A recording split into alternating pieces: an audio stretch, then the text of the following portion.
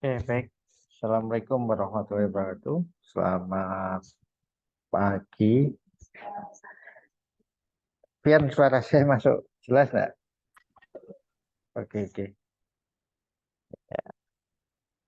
Baik, untuk hari ini kita lanjutkan untuk materinya ya. Eh,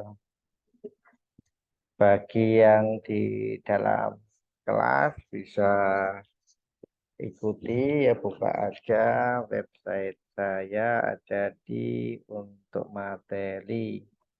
Hari ini itu ada di kuliah fp1blogspot.com. Kemudian materinya tentang re-engineering. Jadi saya share dulu. Ya. Oke. Sudah kelihatan ya mungkin di layar.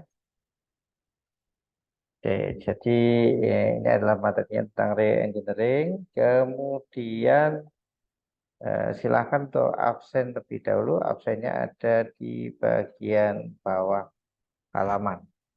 Ini ada absennya. Silakan untuk lakukan absennya.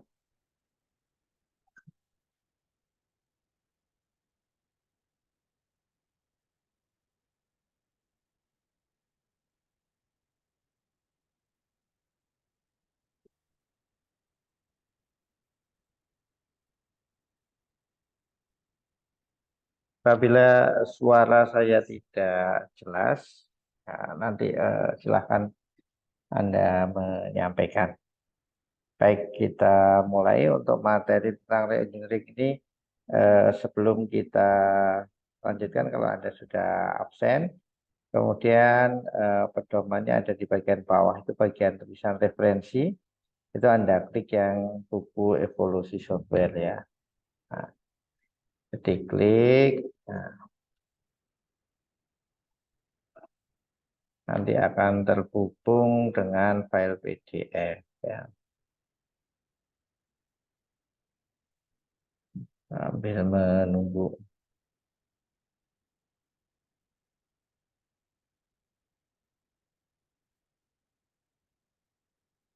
Oke, sebelum kita lanjutkan, ya itu ada di buku. Nah, itu buku software engineering. Kalau sudah terbuka, kemudian silahkan digeser ke bawah ya.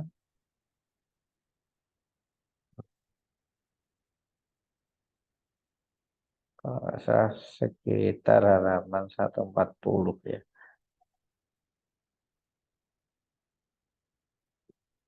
Nah, ini di konten ya. Kemudian bagian konten itu, nah re-engineering ini yang bagian 4 nih. Halaman 133. Nah, ini re-engineering. Jadi 133 itu adalah bahannya ya. Minggu depan itu adalah minggu untuk UTS. Jadi UTS-nya offline. Sebenarnya hari ini pun juga offline, tapi bagi yang nggak masuk di kelas silahkan Anda bisa ngikuti lewat Zoom. Kalau yang ketinggalan nanti rekaman videonya saya upload ke YouTube dan saya embeddedkan ke materi hari ini. Ya.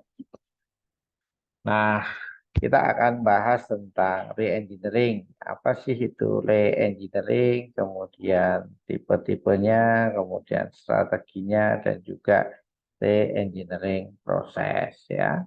Nah, Anda pedoman utamanya ini adalah buku di referensi ini. Oke. Apa sih itu re-engineering? Nah, sebelum kita sambil kita bahas, silakan Anda buka eh, laptopnya atau materinya ya. Nah, sebelum re-engineering eh, maka ada yang namanya engineering. Nah, engineering itu apa, Pak? Siapa di sini ya, siapa saja yang gabung?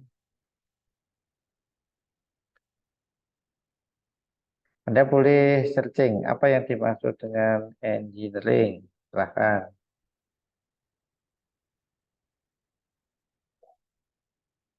Afik Akram, ada Afik Akram? Silahkan Afik Akram. Yang dimaksud dengan engineering apa? Ya, silahkan. Engineering ya. Ya, Anda boleh sambil searching boleh. Apa yang Oke, bentar dimaksud Pak. dengan engineering? Mungkin disiplin ilmu dan profesi yang terkait dengan merancang, mengembangkan, dan memelihara sistem, struktur, perangkat, dan proses berbagai jenis, Pak. Oke. Berarti bahasa singkatnya kalau dalam software apa? Kira-kira apa? Gimana, Pak? Itu yang terkait dengan software engineering, software. Nah, kira-kira apa bahasa singkatnya, bahasa pengertian? Mungkin eh, dari definisi sebelum mungkin bisa diambil dari merancang, mengembangkan, dan memelihara sistem, Pak, atau software. Ya, bahasa singkatnya berarti teknik membangun perangkat lunak ya. Jadi cara membangun perangkat lunak dengan Betul, Pak. disiplin ilmu ya. Misalnya kayak gitu atau ya gampangannya adalah teknik membangun perangkat lunak. Kalau tanpa teknik mungkin langsung ke program. Tapi kalau dengan pakai engineering, oh berarti saya harus melakukan analisis kebutuhan dulu. Kemudian saya membuat modelnya. Saya melakukan desain front end, back end. Baru kemudian saya masuk ke implementasi. Implementasi pun belum atau program pun atau coding bukan langsung dipakai, masih di testing dan sebagainya.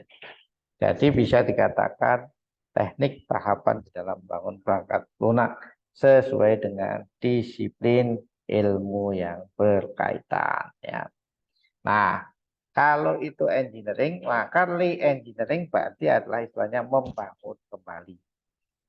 Kalau membangun rumah itu adalah engineering, maka re-engineering adalah merenovasi rumah. Nah, kayak itu ya. Kalau ini adalah re-engineering aplikasi atau software berarti membangun kembali dari aplikasi atau software.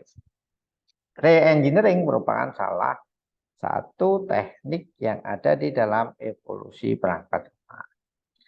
Sehingga kalau di situ dengan re-engineering itu memungkinkan organisasi untuk memodernisasi atau memperbaiki sistem yang sudah ada guna menjawab tantangan bisnis teknologi yang terus berkembang. Nah, prosesnya bagaimana? Di situ disebutkan re-engineering ini bahasa Indonesianya disebut juga dengan rekayasa ulang. Ya.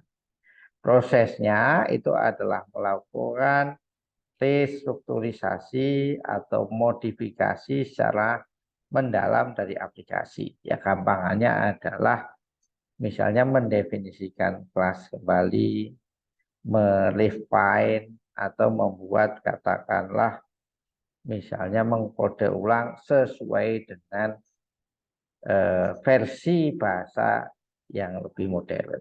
Contoh suatu saat aplikasinya itu aplikasi sistem akademik dibangun front end-nya pakai HTML, CSS, back end-nya pakai PHP. Ketika di re-engineering ya, maka kemudian disesuaikan dengan memakai framework, kemudian front end-nya mungkin ditambahi adalah kita pakai bootstrap dan sebagainya.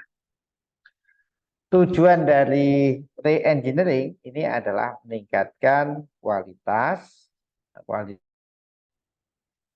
Oke, baik. Koneksi saya putus, sinyalnya di kampus. Nah, begitu baik. Tapi nanti kalau misalnya keputus, nanti saya taruh di rekaman ya.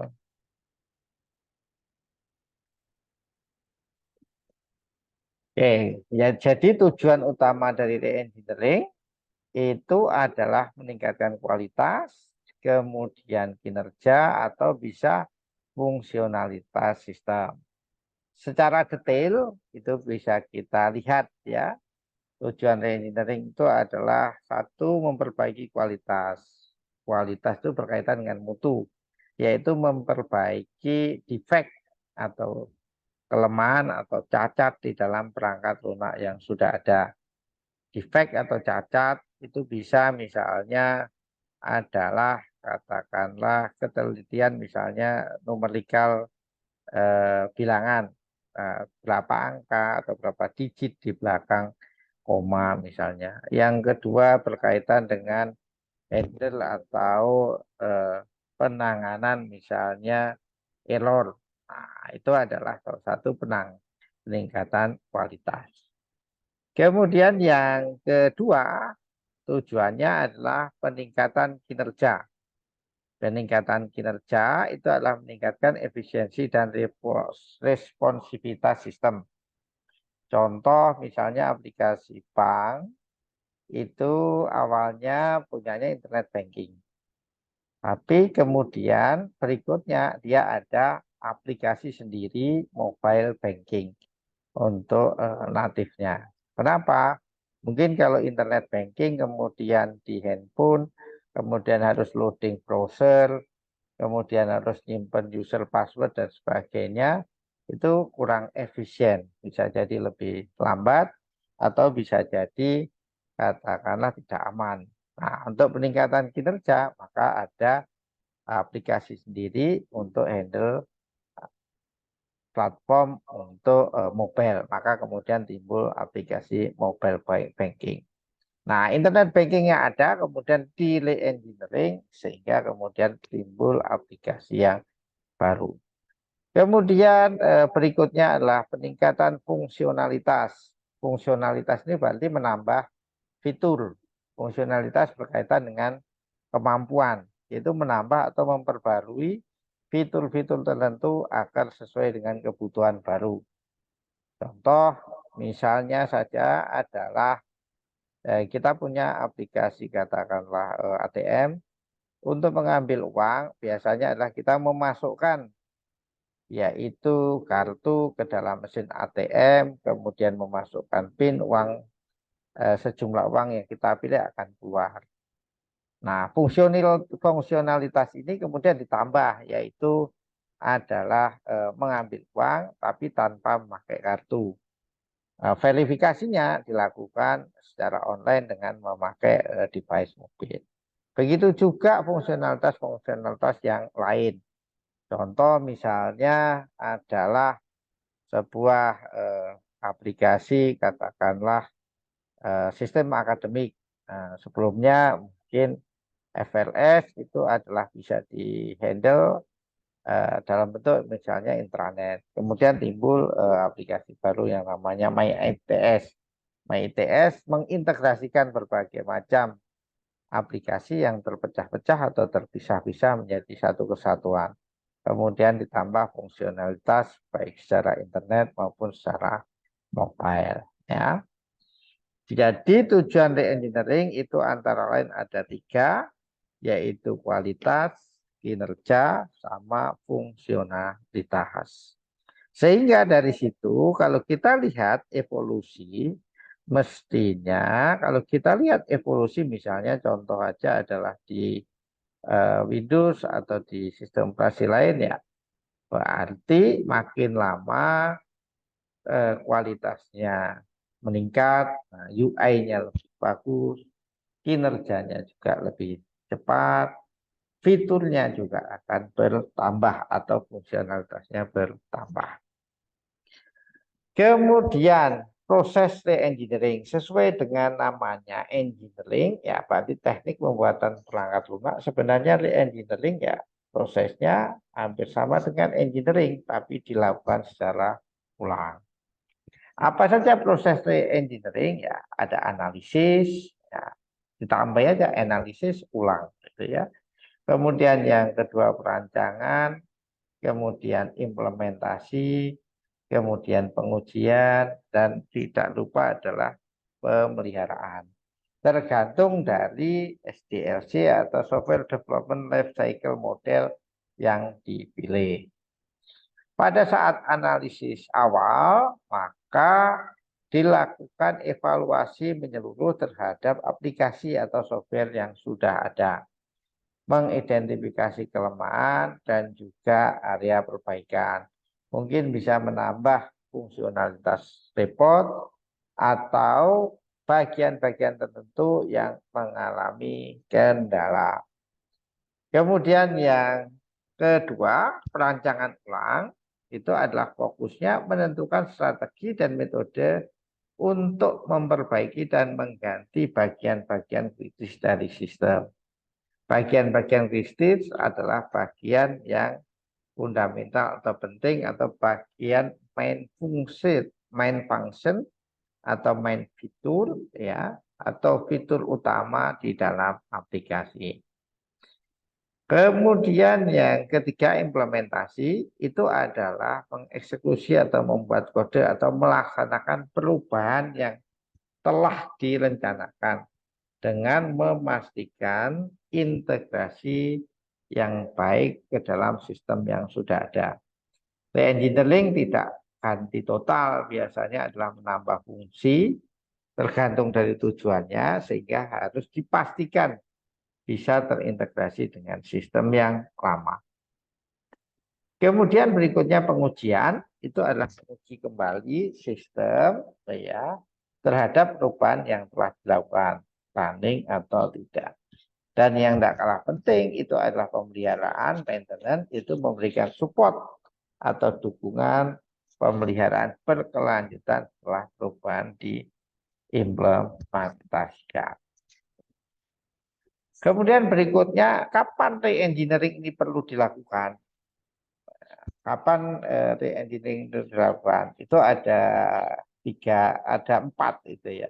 Satu, perubahan bisnis. Perubahan bisnis itu contohnya perubahan peraturan perundang-undangan. Nah, pajaknya berubah atau proses bisnisnya berubah. Misal, contoh misalnya pengiriman barang atau paket. Dulu orang PT Pos itu ngirim paket, kemudian juga bisa mengirim wesel. Ya, wesel itu pengiriman uang. Tapi kemudian berikutnya pengiriman uang itu kebanyakan dihandle oleh transfer bank. Maka PT Pos itu perubahan bisnisnya melakukan modifikasi atau melakukan penyesuaian. Nah, fokus kepada perubahan terhadap yaitu pengiriman barang atau paket saja. Nah, kebutuhan bisnis itu dapat berubah, itu memerlukan penyesuaian terhadap sistem yang ada. Contoh yang lain yaitu adalah mekanisme pembayaran. Nah, dahulu pembayaran itu adalah cash. Selain cash, ya berarti pakai kartu debit atau ini. Berikutnya kemudian ada katakanlah pembayaran bisa by aplikasi. Nah, itu adalah perubahan bisnis. Kemudian berikutnya adalah teknologi baru. Teknologi baru yaitu pengenalan teknologi yang mengalami perubahan atau juga bisa paradigma pengembangan perangkat lunak. Munculnya kris, munculnya cloud system, munculnya cloud hosting. Nah, itu adalah teknologi baru. Dulunya kita harus memelihara server untuk colocation atau naruh aplikasi, kemudian ada cloud. Nah, bagaimana kemudian sistem kita bisa disesuaikan. Kita bisa lihat contohnya adalah di aplikasi taksi. Dahulu misalnya Bluebird itu menyusun aplikasinya sendiri pakai map yang ditaruh di device, di mesin. Nah, berikutnya diintegrasikan dengan Gojek atau Google Map. Nah, maka aplikasinya itu bisa melayani baik itu pemesanan, booking, pengantaran, pembayaran yang berbasis cloud system. Ya. Kemudian berikutnya adalah perubahan kebutuhan pengguna. Respon terhadap perubahan kebutuhan pengguna. Contoh kebutuhan pengguna itu apa? Yaitu beli tiket. Nah, pembelian tiket sebelumnya itu adalah orang kepada travel bureau. Travel bureau atau agen tiket atau perusahaan yang menyelenggarakan misalnya jasa transportasi penerbangan misalnya.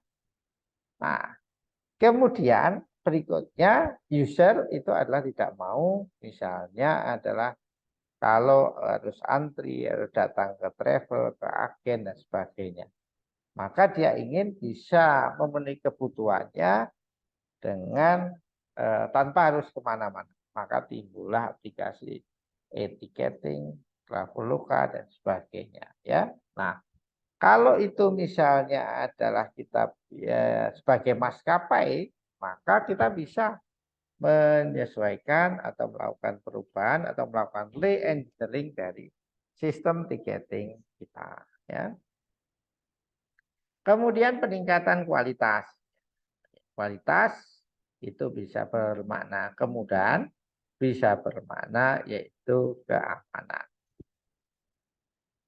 Kemudian manfaat ya. Manfaat re-engineering itu adalah efisiensi, yang kedua adalah perpanjangan umur sistem dan juga penyesuaian dengan standar baru.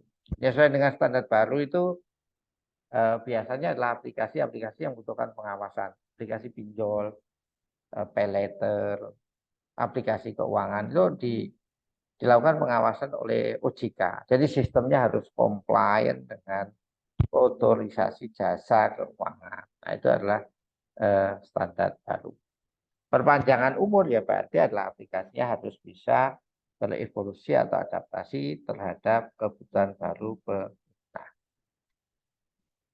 Kemudian berikutnya tantangan re-engineering yaitu adalah ya, kesulitan di dalam memahami coding lama atau kesulitan di dalam memahami arsitektur perangkat lunak yang lama. Yang kedua yaitu adalah timbulnya defect atau cacat baru yang mengganggu aplikasi. Nah, model engineering itu kita bisa lihat di gambar ini ya. Ini saya ambilkan dari gambar 43, nanti silakan Anda baca di bukunya ya. Ini adalah model software re-engineering. Ya. Model software re-engineering itu ada dua, yaitu bisa reverse engineering ya atau bisa forward engineering ya. Jadi reverse dulu, jadi adalah kita bisa lihat ini bacanya kalau reverse engineering itu dari model implementation, desain, requirement, konseptual, kemudian dipetakan ya dari dokumen-dokumen yang ada, kemudian dipetakan ke sebelah kanan. Nah, kalau konseptual berarti leading ya berarti membuat konsep baru. Kalau requirement-nya berarti diperbarui sesuai dengan adaptasi kebutuhan baru ya, re-specify. Ya. Kalau itu desain berarti adalah redesign ya, desain yang baru. Kalau implementasi berarti adalah recode atau menulis kode ulang. Sehingga dari sini ini kita bisa lihat ini adalah yang sebelah kiri ini adalah existing system, kemudian yang sebelah kanan ini adalah target system. Dari melihat ini berarti adalah tergantung di bagian mana yang mau kita lakukan re-engineering. Kalau melakukan perlapian ya mungkin bagian atas, tapi biasanya total. Kalau merubah konsep ya implementasinya juga akan berubah. Oke, kemudian bagian bawah ya. Nah, software baru itu di-create ya, baik bisa melalui forward engineering maupun juga reverse engineering. Untuk melakukan forward engineering, maka kita lakukan pertama, kita susun konsepnya dulu, requirement, desain, kemudian baru implementasi. Istilahnya adalah sebagaimana mengikuti SDLC atau bisa disebut dengan apa ya, upward movement ya. Yang maksudnya adalah dari analisis dulu ke kode. Sebaliknya, reverse engineering, kita membacanya atau melakukan engineering dengan membaca kode atau komponen dulu. Dilihat dari struktur tabel, dilihat dari UI, kemudian dilihat dari kode program. Baru kemudian naik-naik ke atas sampai ke abstraksi atau membuat modelnya. Nah, mana yang paling bagus? Apakah forward engineering maupun reverse engineering? Ya, tergantung dari kebutuhan. Apakah tadi adalah kualitas, kinerja, ataukah misalnya fungsionalitas. Kalau itu berkaitan dengan kinerja atau kualitas, bisa melakukan reverse, berarti diperbaiki kodenya dengan menggunakan teknik baru, bahasa baru, atau versi baru dari sebuah framework. Tetapi kalau itu perubahan bisnis atau perubahan fungsional, itu lebih tepat kalau kita pakai forward engineering. Membuat konsepnya lebih dahulu, kemudian baru berikutnya dikodekan. Kemudian beberapa contoh melakukan reverse engineering, kita bisa satu melakukan decompilation, bisa melakukan ekstraksi arsitektur, bisa melakukan yaitu document generation, dan terakhir bisa software visualization. Itu antara lain yang ada di re-engineering ya. Kemudian re-engineering proses. Re-engineering proses itu gambarnya kayak tapal kuda itu. Nah, kapal kuda itu ya kita bisa lihat gambarannya. Nah, kenapa tapal kuda yang melakukan pekerjaan ulang sifatnya ya, pekerjaan ulang untuk memperbaiki sehingga disimbolkan sebagai tapal kuda. Ya, intinya hampir sama dengan model engineering yang atas, tapi ini disebutkan ya levelnya itu ada arsitektur representation, kemudian berikutnya itu adalah yang ke kanan itu adalah arsitektur transformation. Nah, apa saja yang dilakukan?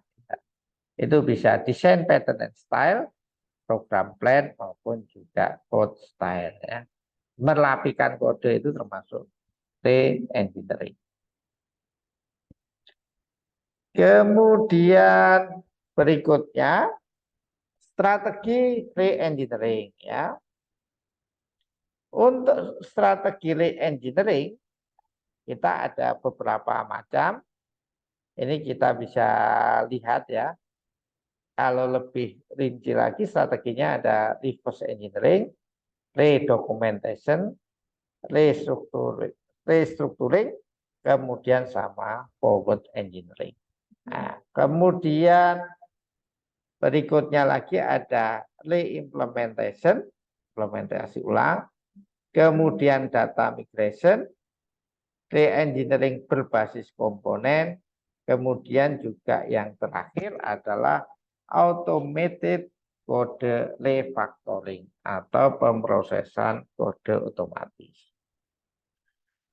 Deskripsi dari macam-macam strategi atau cara re-engineering ya beserta contohnya itu saya taruh atau di dalam website. Contoh misalnya data migration. Apa data migration? Yaitu melakukan transformasi atau pemindahan struktur data lama ke struktur data yang baru. Contohnya mengubah format database dari satu DBMS ke DBMS yang baru. Demikian untuk materi re-engineering. Silahkan mungkin ada yang ditanyakan, silahkan kalau ada yang ditanyakan.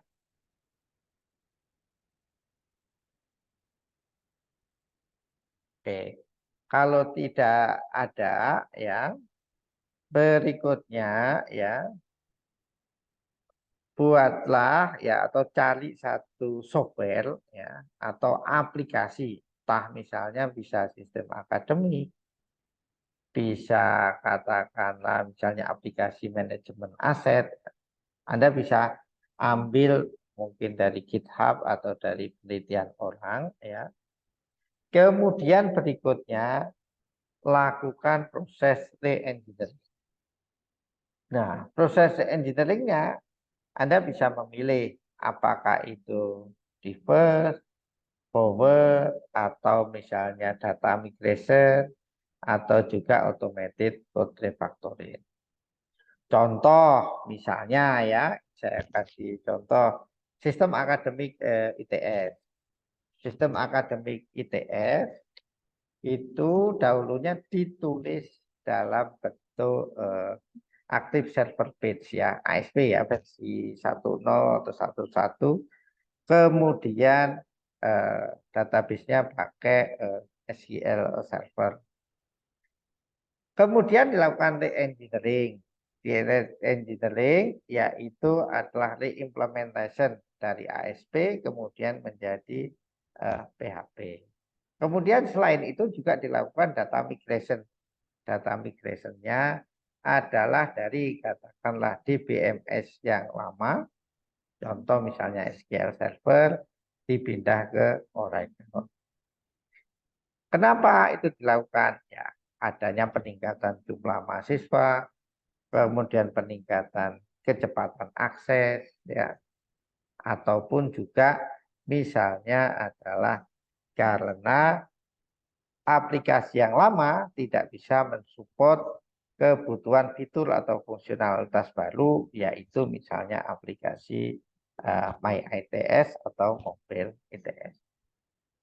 Jadi buat studi kasus sebuah aplikasi yang melakukan proses re-engineering, kemudian tentukan atau bahas proses re-engineeringnya apa, memakai strategi apa, apakah reverse, forward, re-implementation, data migration, ataukah misalnya refactoring.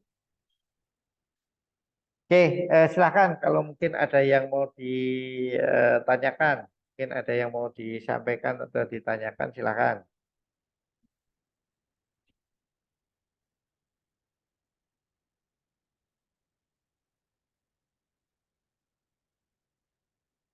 Oke, baik. Kalau tidak ada yang ditanyakan, ya sekali lagi saya ulangi, ya, yaitu buat studi kasus atau contoh aplikasi yang melakukan re-engineering, kemudian tentukan strategi atau metodologinya. Kemudian untuk memperkuat itu atau untuk menjelaskan itu, berikutnya presentasikan dalam bentuk video yang kemudian di-upload di YouTube dan kemudian didokumentasikan di blog Anda. Dalam bentuk misalnya bisa menceritakan tentang software tersebut, atau bisa membuat presentasi, atau bisa membuat animasi video pendek, ya, infografis, dan sebagainya. Demikian, kalau tidak ada yang ditanyakan, saya akhiri untuk materi re-engineering pagi hari ini. Assalamualaikum warahmatullahi wabarakatuh. Selamat pagi.